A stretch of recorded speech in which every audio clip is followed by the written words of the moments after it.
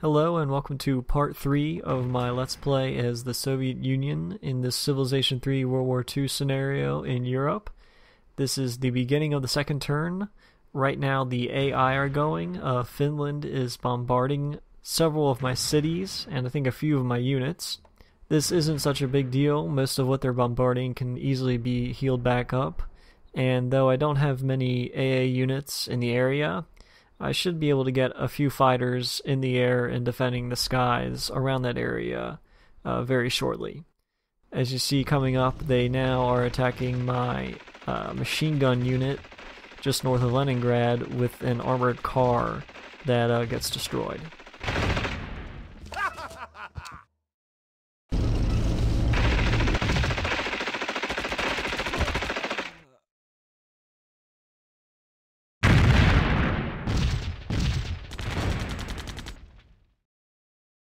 I know it may seem like all the units are moving very quickly, but all the Finnish are doing is just moving their units forward.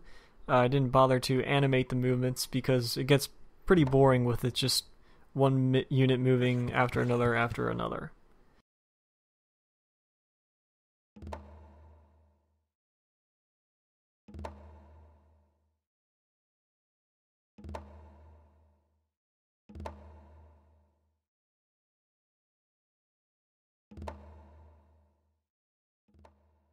The Hungarians and Romanians just went, as you saw. They didn't do much this turn except for bombard one of my destroyers. They will have a part to play later on. They will continue to attack. They'll just take the back seat to the Germans. And now the Germans are attacking me. The first thing they usually do is bombard me. They're using a combination of the Messerschmitt and Junkers 88 or Ju-88. The Germans start out with a lot of these bombers. They were twin-engined. I don't know if you know much about them, but the Germans, I think, used these the most for bombing in World War II. They actually have a Great Wonder that will produce a Ju-88 every 3 turns. But they may split the Junkers between bombing other countries like England or in the Mediterranean. So, I might not feel the full force of their bomber army. But still, they can do a lot of damage. I think they have 16 bombardment value, which is decent, but not astounding. It looks like they're targeting Kiev for this turn. I don't know why, but we'll see what happens.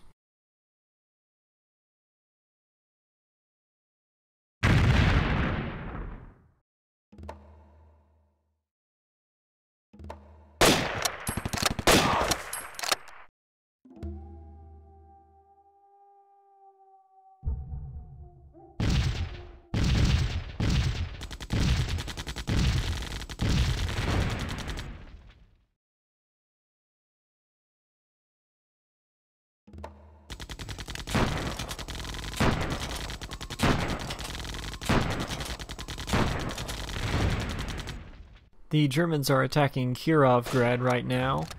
The infantry just destroyed the armored truck that I had fortified there the previous turn, and they just before took the city of Murmansk away in the north.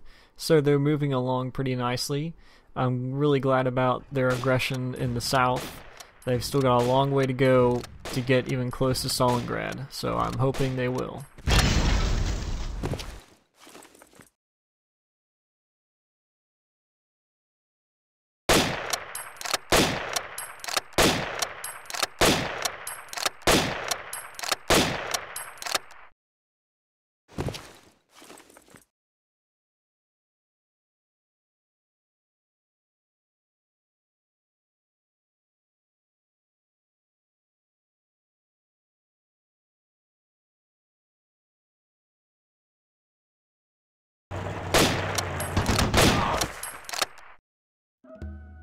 The Germans just took the city of Kirovgrad, which is their second city for this turn, which puts the number of cities they've taken total, or the Axis have taken total, up to 21 now.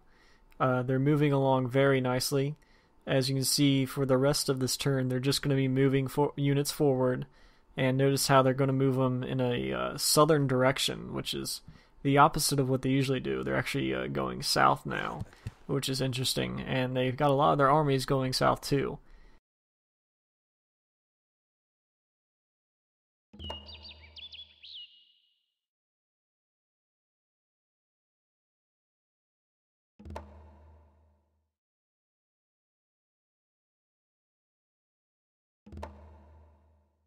Alright, now it's time to start the examining of the damage that they've done in the previous turn.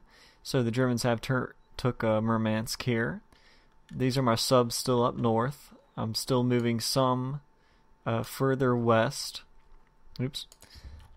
They are just going to explore around Norway. But these Soviet cities here, they're still mine. I know they're going to be taken eventually. They only have one infantry unit guarding them, and I have no way of resupplying them with troops because I have no ships that can carry any land units across the sea here.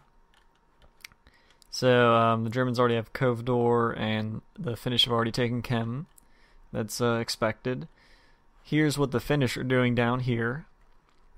They have their light tanks, all the BT tanks, all grouped up, and they're all, looks like, headed for this road which leads to Omsk. Now Omsk, I know I'm going to lose. That's just part of what happens. What I'm going to try not to lose is this city here, Arkhangelsk, because it's a big city and it's a port to the sea. I want to keep that open.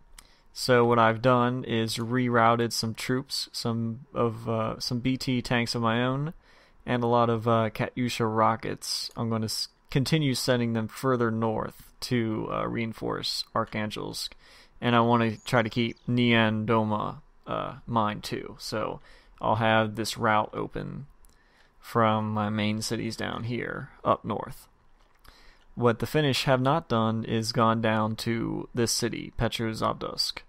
I'm hoping they will. I've got a lot of troops ready for battle there, and I want to try to have at least a decisive battle with the Finnish early on. I'm not sure exactly what they're doing over here by Vyborg. I think just reorganizing. Alright, now to the Germans. So this is a lot of the cities that the Germans have taken up north, and this is usually where they send most of their forces. However, for some reason, this time, even though they have some units up here by Minsk, it's not a very large. Those are half tracks and a couple of infantry units. Their main force is down here. As you can see, they have lots of armies. One with 26 health. Here's another panzer group. Another panzer group, another infantry army, and even more armies here. This is the bulk of their strength. So it's actually heading south across Hungary, towards Zhytomyr. I got some units stationed there, ready to defend, but of course it won't last for very long. And then here's their southern section. They've got, looks like a leading charge going somewhere, probably to this city here, Zaporozhye. And their southern troops here, this is like the second part of the southern armies, they were trapped by the Romanians in the previous turn. And now they're moving them up, which is a good thing, because they could have tried to reroute them through Eastern Europe, and there's so few routes through Eastern Europe, they can really get trapped and bogged down by other AI blocking their way. So I'm hoping they'll just keep moving forward and attacking me. The reason that I think the Germans have switched their focus to the southern section is that I switched the victory point locations. As you can see here, almost every single city is a victory point location, and this is scored by victory points, but I don't pay attention to them. I'm just more worried about just staying alive and having a good challenge and fighting them back. But the German AI looks like have focused on this section here, which is just full of victory point locations, which is something I did change from the last time I played. In the north, you'll see here, pretty much none of these cities are victory point locations. The only ones up north that are VP locations are Leningrad and Moscow, of course. So most of them are down there. Now, if they continue to focus in the southern section, I guess that's better than them focusing in the north, because they'll actually have a longer distance to travel from their production cities, which are here by Berlin, and then these hills where all this iron and coal is. Gives them tons of production power. So they'll have to go all the way through Poland and then down south to reach the front lines. The other thing I forgot to show is what else is happening in the world. The only other point of interest is really down here in North Africa. The British started with Benghazi in their control, and the Italians have since taken it over. There is a large German force around here somewhere that should be attacking the British cities here soon, hopefully. But other than that, the only real action is happening right here. In the Balkans, where I have my partisans, I have fortified pretty much all of them, and I'm basically just going to use them as spying units to spy on and see what the Italians and other Axis powers are doing. And see, another important thing, since it is the second turn, a lot of my Great Wonders have started producing units. Up here in Arkhangelsk,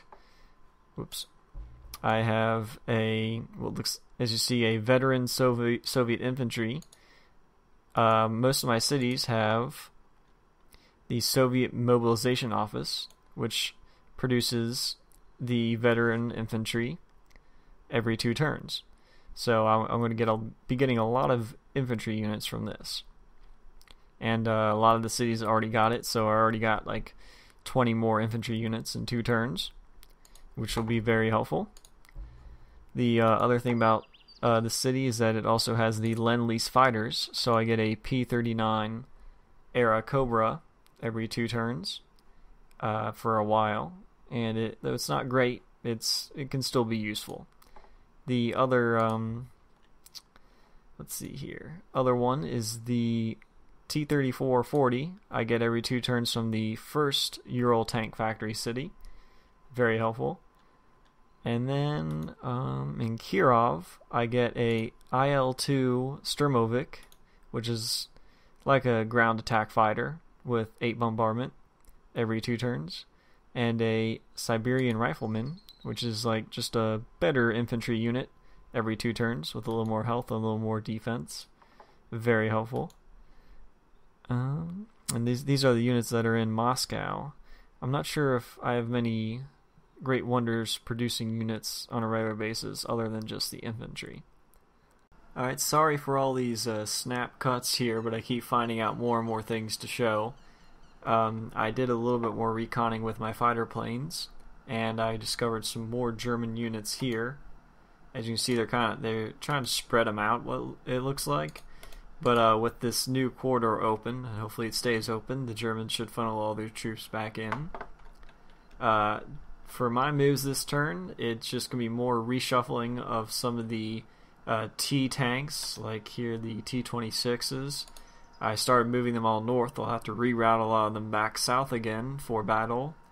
And then fortifying what units I can in the cities that are going to see battle soon. Kiev looks promising as a good defense point because it is on a hill, one of the few cities around here that is, and it already has artillery, KV tanks, AA units, and a little bit of infantry. I can show you a few units that I'll move around and what they sound like. This is an armored car, pretty good for defensive with a 7 defense. I'll just move it back here and fortify it. And then with a BT-5 tank, I'll move him down to Donetsk.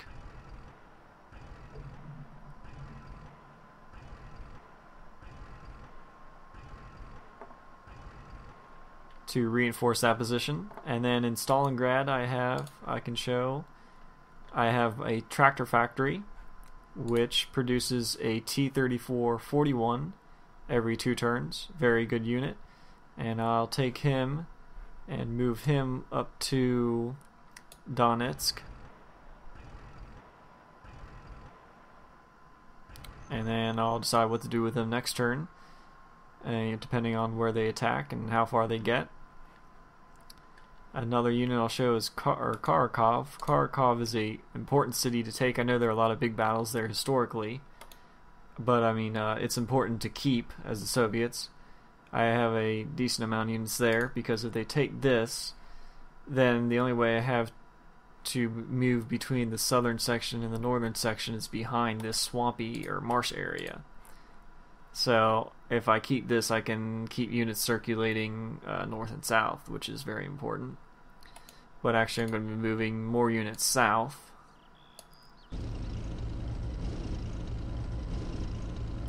Like that T-26, because more units from the north will be coming down to reinforce that. Here's some more roads here, north-south roads that are very important with lots of oil. I'm going to be using a lot of my workers to increase my road networks, to increase mobility of my troops, and putting down a lot of mines around cities, especially cities that are far east, which will have the most amount of time to build up production power and produce units. So I'll spend a lot of money on these hurrying up city improvements to increase shield production. You see Kirov is right next to a bunch of hills, and then up here in the tank factory, more hills with lots of shield production. So I know it's more explaining in these early turns, but don't worry, there'll be plenty of battling in the ensuing turns.